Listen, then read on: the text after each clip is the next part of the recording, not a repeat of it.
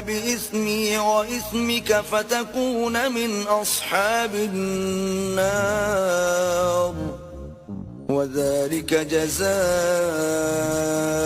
الظالمين. میں چاہتا ہوں کہ تو میرے گناہ میں بھی ماخوذ ہو اور اپنے گناہ میں بھی، پھر زمرہ اہل دوزخ میں ہو، اور ظالموں کی یہی سزا ہے. فطوعت له نفسه قتل أخيه فقتله فأصبح من الخاسرين.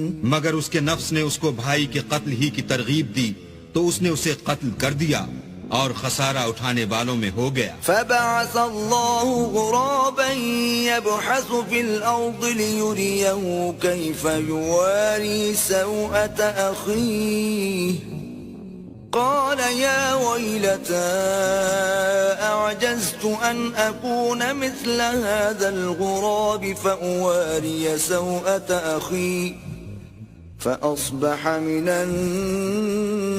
النادمين.